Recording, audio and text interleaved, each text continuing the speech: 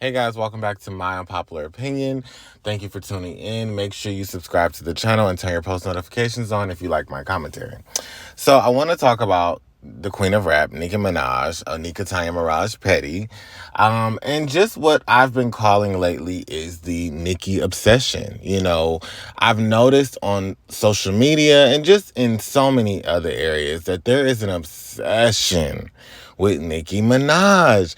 And the people who are obsessed with her the most are people who don't even like her and who hate her guts. And I always find that to be just the weirdest thing ever. Like, Nicki can literally be minding her business in her own zone. And out of the blue, some of her haters or, people who just are jealous of her, clearly jealous of her, decide to come out and do something weird and shady. So we're going to be talking about a couple of who she would call duds. We're going to talk about a couple of the duds that have just been obsessing over Nicki and her every move. So Nicki went live on TikTok the other day, minding her business, being silly, having a good time with people gifting her on TikTok. She's been playing around with TikTok a lot lately. And just minding her business, going live. And then, of course, here comes miserable toothpick olive oil looking like the worm from SpongeBob.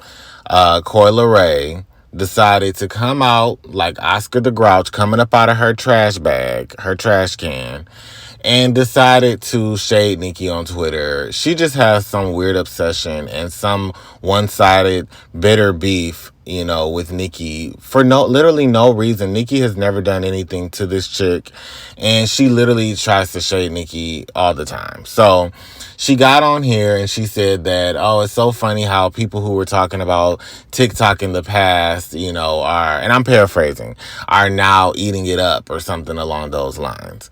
And we know she's talking about Nicki because Nicki in the past did do a clip saying this ain't no TikTok shit.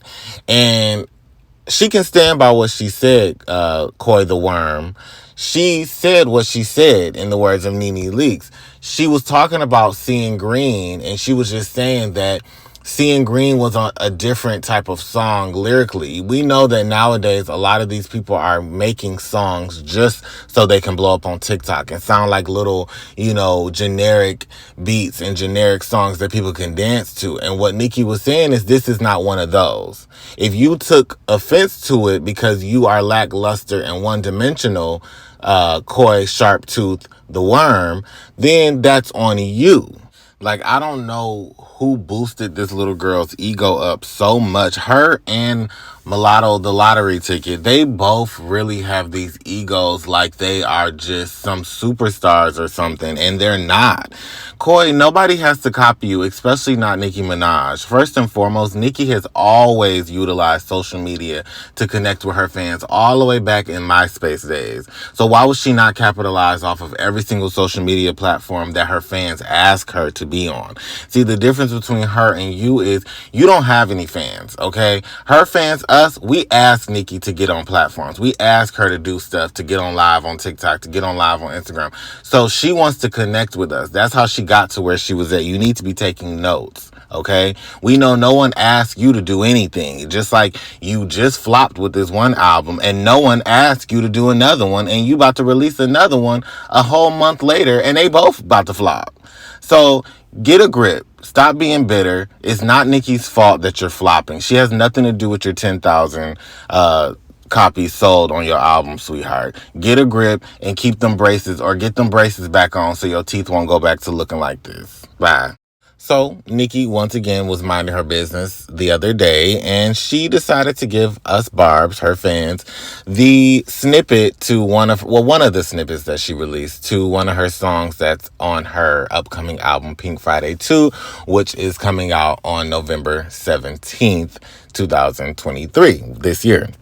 And so, of course, we were just eating it up. And y'all, to be honest, it was so peaceful, like on Twitter, Stan Twitter and everything like that. It was so peaceful when she uploaded all this stuff because we just got to enjoy it. Like, I was listening to the clip over and over again. We were just minding our business, right? And I felt like I was it was too good to be true because I'm like, wow, none of the duds have anything to say. No weird random TMZ reports, nothing crazy reported about Nicki to try to overshadow her teasing some of her new stuff from her album. So I was like, wow, this is crazy. Like, I enjoyed it. Then next thing you know, Lord behold, shapeshifter Botch Body B had to come on out because she is an attention seeker and she had to tweet thinking that somebody would care.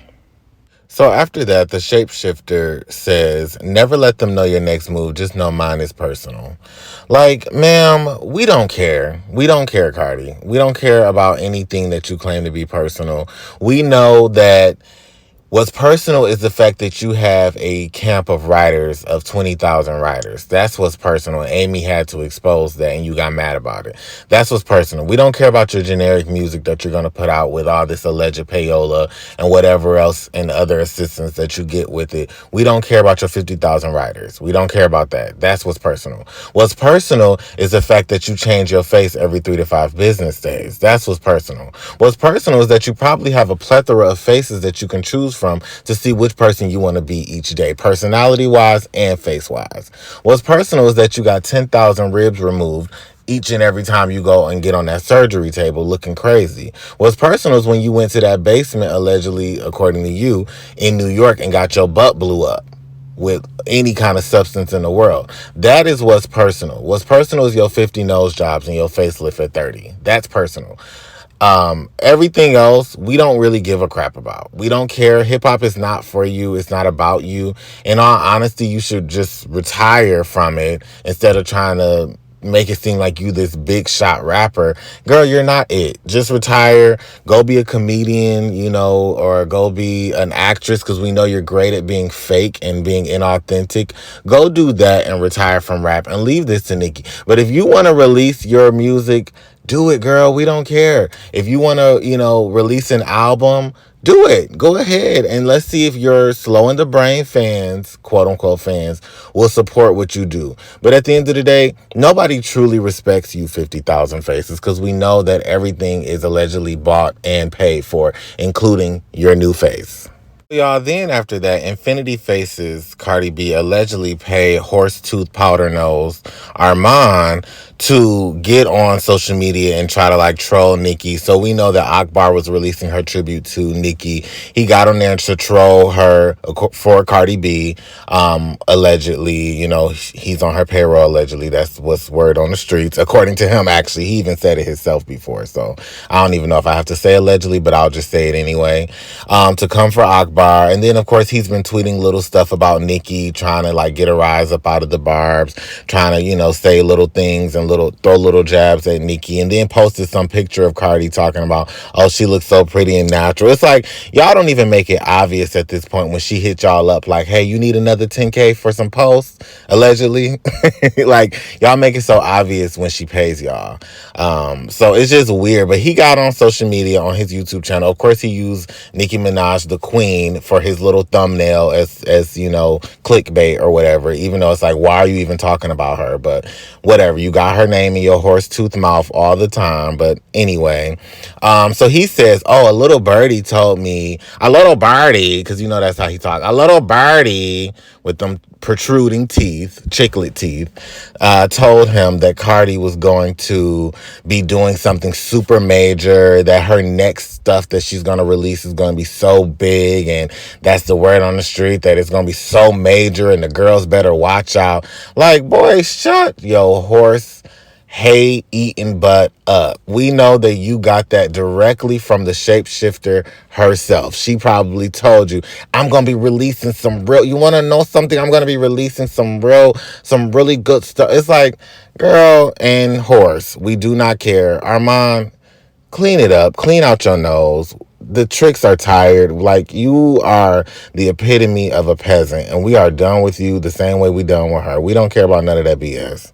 Lastly, I want to talk about this old windbag, old man Ebro, talking about Nicki Minaj, indirectly, of course, because he's a coward, with his tail between his legs. He went on his little whack show, indirectly insulting Nicki Minaj because he said that people in hip-hop for this 50th anniversary, didn't even acknowledge the 50th anniversary of hip hop, yet they always talking about not getting, pretty much saying that they're always talking about not getting respect. And when that time comes for them to need something or want to be in this conversation, it's not going to happen and he's going to remember. First of all, and I've been waiting to read this old windbag, this little dirty old Santa Claus looking, I was about to say something that would probably get me in a heap of trouble.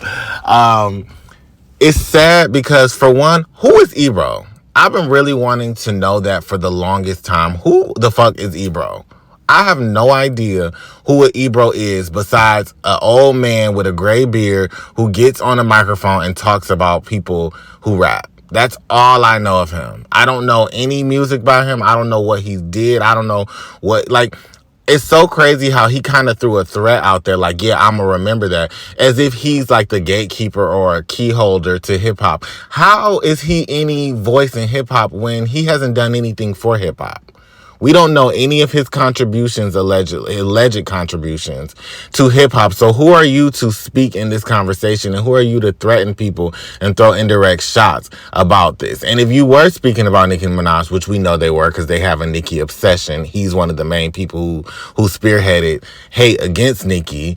It's like, if you were talking about her, she doesn't have to acknowledge anything because she pioneered this shit. So she don't even have to say nothing about it, for one. And for two, why would she acknowledge any group of people that have done nothing but try to push her out and diminish her legacy?